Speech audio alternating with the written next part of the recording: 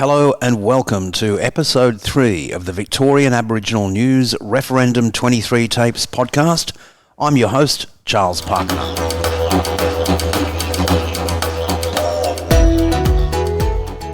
Victorian Aboriginal News acknowledges and pays respect to traditional owners and custodians across Australia. We acknowledge the elders who have gone before, those who currently lead their communities, and those who will follow in years and generations to come. Joining me today on the Referendum 2023 Tapes podcast is Nicole Findlay, a campaigner who brings to the table over 20 years' experience and commitment to working with First Nations people and communities to further reconciliation and self-determination. That experience encompasses working with and guiding local governments, reconciliation networks, employment services, health, education, disability and justice organisations. Currently, she serves as the Chief Executive Officer of Reconciliation Victoria and joins me today to discuss where that organisation and its satellite groups across the state stand on the matter of a First Nations voice to Parliament. Nicole, thanks for coming onto the program today. Thank you for having me, Uncle Charles. Before we get into discussing the referendum and a First Nations voice to Parliament, Victoria is actually quite a complex state when it comes to First Nations matters of concern. It lagged behind other states when it came to stolen gens reparation, yet leads the nation in treaty and, with the Yoorrook Justice Commission, truth-telling. So where does Reconciliation Victoria fit into this particular landscape? So Reconciliation Victoria has always been a strong supporter of self-determination for First Peoples. And we applaud the state government for improving the way that it works and engages with traditional owners and First Peoples to jointly determine and develop policies that support truth-telling and to help advance treaties in Victoria.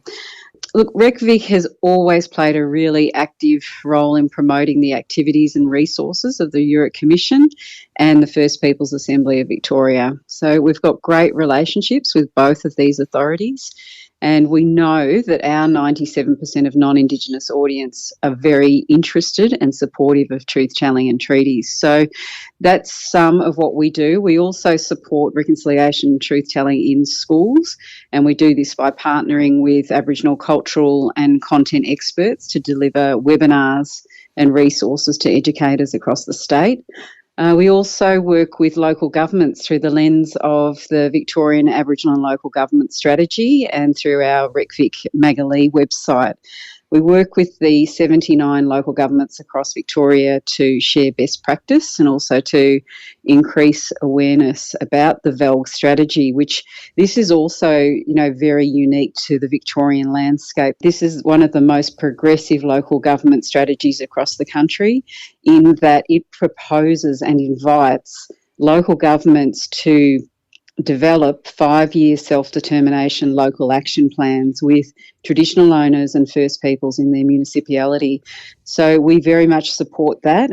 The other thing that we obviously do, we're a part of a national and local, state-based local reconciliation network. So we join up with all the state bodies with Reconciliation Australia, Rec South Australia and so forth. And so we also work with 24 local rec groups across Victoria. Now, again, they're very unique local reconciliation groups to Victoria.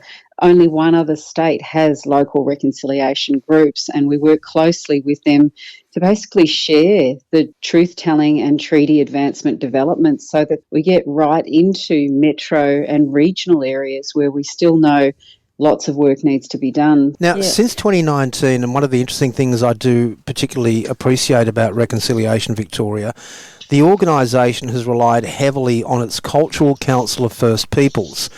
That includes a number of significant cultural and community leaders from across the state.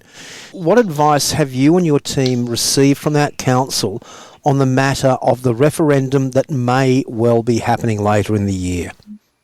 We've received really good support. So the First Peoples Cultural Council for Reconciliation Victoria is made up of 9 very strong leaders, being senior elders as well. The elders have unanimously supported the voice referendum. They also have taken the important role of obviously questioning the detail, ensuring that we understand it, but fundamentally we all agree that the key principles of the Uluru Statement from the Heart of sovereignty, justice and self-determination cannot be argued. That's exactly what our position is, and we all unanimously support that. So we have put together, in consultation together, a really strong position statement, and that is now out public for everybody to view that, to understand that. So look, Reconciliation Victoria has always been ready and willing to support this. Mm-hmm. Have you had much request for information from local governments for further information on the referendum and on the various aspects, the yes and the no campaigns? Well, through the Magalee website, obviously we share information about what is happening with the national campaigns and those developments which are unfolding. What we know is that out of the local governments across the country, that 38, I think it is, or 39, have signed a mayor petition to show their support for the Uluru Statement. There is a difference to signing a letter and saying this is how you support. What we are asking of Victorian local governments is to formally show their support with actions. And we know that 3 local governments in Victoria have, out of the 79, have ventured down that path. Which is a fairly small number, Nicole. 3 out of 79 absolutely. Is fairly abysmal. So that's Geelong, Banyule, and the third one is... And Bayside. And Bayside. Why so few? I think it's about formalising the support. So one thing, it's really easy to get online and sign a petition, which most of them are prepared to do. But when you ask them to then sit down with their councillors and their constituents and say, well, what are some practical actions that we can show our support? I think it comes down to them truly understanding the propositions and the invitation that it is in the detail of the Uluru Statement. And I think there's a little bit of, oh, well, what are some of those practical actions? They're really quite simple actions, and they can be from holding information sessions to putting an email signature out, or putting things up on your intranet for your staff and or on your website. They're things that are simple and practical like that to show their support.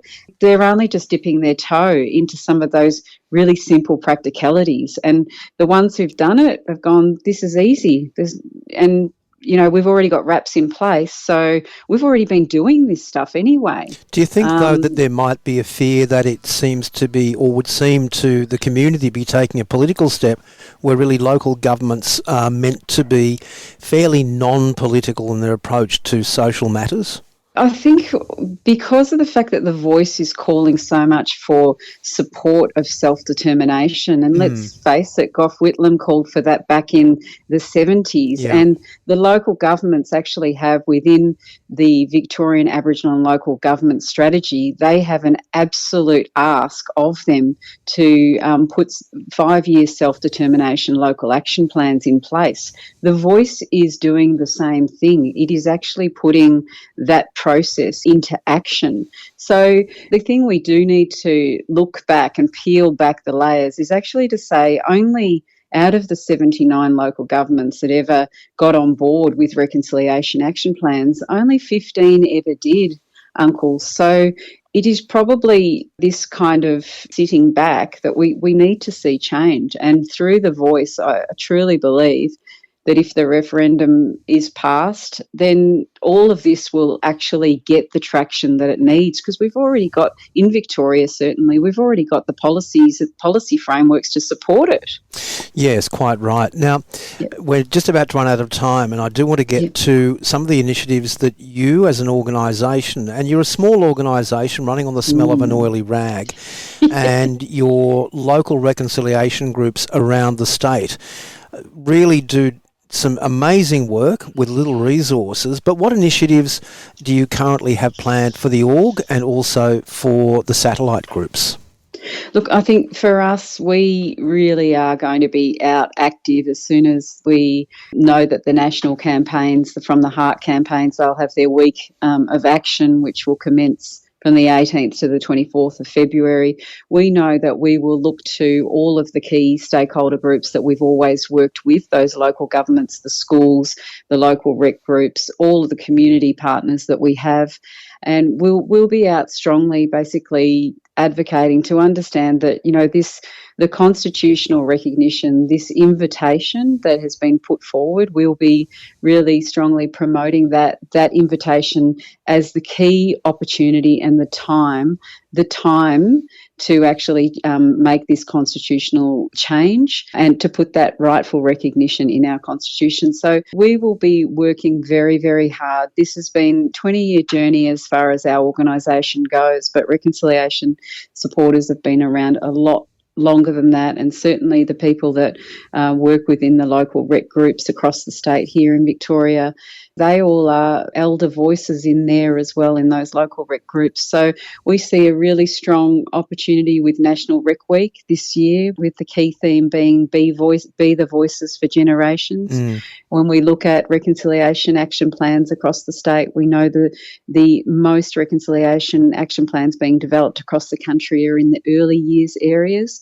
and we need to strengthen that. So we know that those young voices that want to deep dive into their cultural learning journeys, we need to support those young voices, but also pay tribute and recognise all the older generations and fighters that have fought long and hard for this truth-telling. So when we see the Uluru Statement has been an absolute invitation for all of us to come forward and support voice, truth and treaty, and that's what it represents, and that's what we all stand for. So we know that through National Rec Week, we will then see NAIDOC Week, which then again acknowledges our elders. The fight has been long for First Peoples elders, and we really hope that if a referendum is parked for August, we're going to be ready for it. The other thing Reconciliation Victoria has had out for the last 2 months is our RecVic measuring stick survey. This has been the first time in 20 years we've ever done a statewide survey. We've had close to 2,000 people complete that survey already, Uncle, and we're really excited about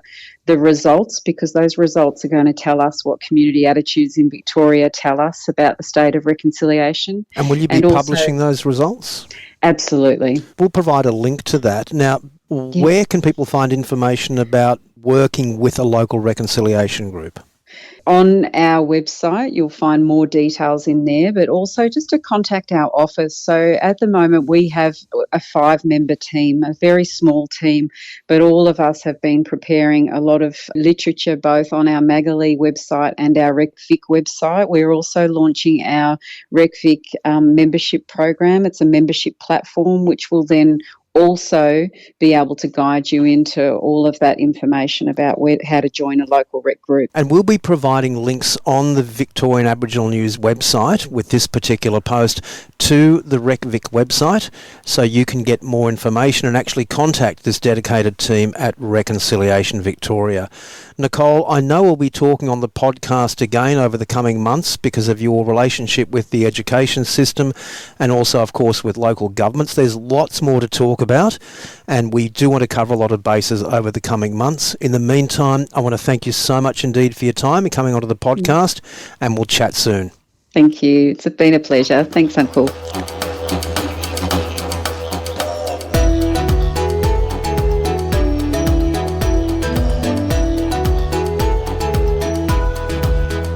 For a full transcript of this interview, visit the Victorian Aboriginal News website at vicaboriginalnews.com.au.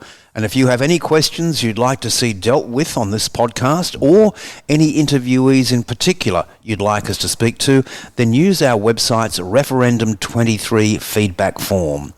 We're doing our very best to release 2 episodes every week, and your help is greatly appreciated. If you can subscribe to our newsletter and to this podcast, or at least get a friend to do so, then your assistance is massively appreciated. Until our next episode, stay safe and stay informed.